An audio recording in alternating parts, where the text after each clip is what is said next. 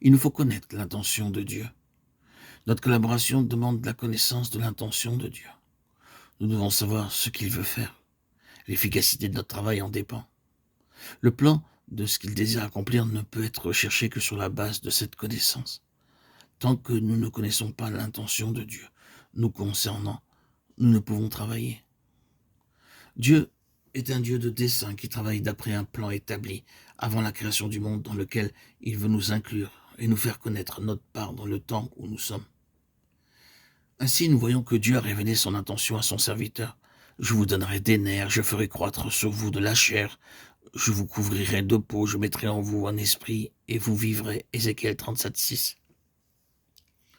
Pareillement, en nous sauvant, le but de Dieu est que Christ, le Fils de Dieu, soit le premier, afin d'être en tout le premier, Colossiens 1:18, pour que nous soyons un peuple dont Christ est la vie.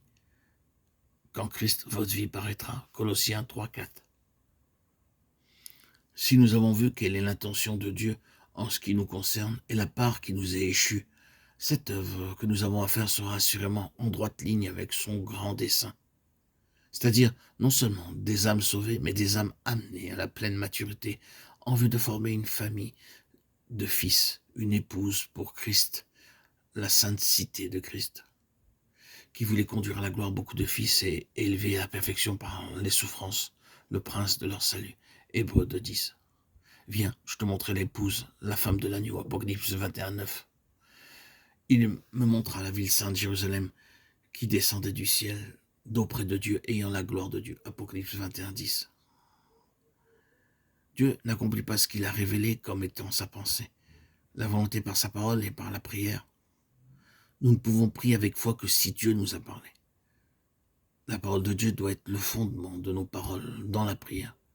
Ça veut dire que nous disons à Dieu ce qu'il nous a déclaré et le prions de bien vouloir l'accomplir.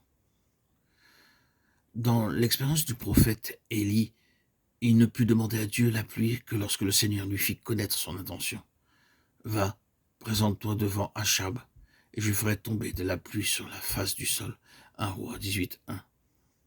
Tant que cette intention divine ne lui avait pas été révélée, Élie ne possédait pas en son esprit la connaissance de la volonté de Dieu.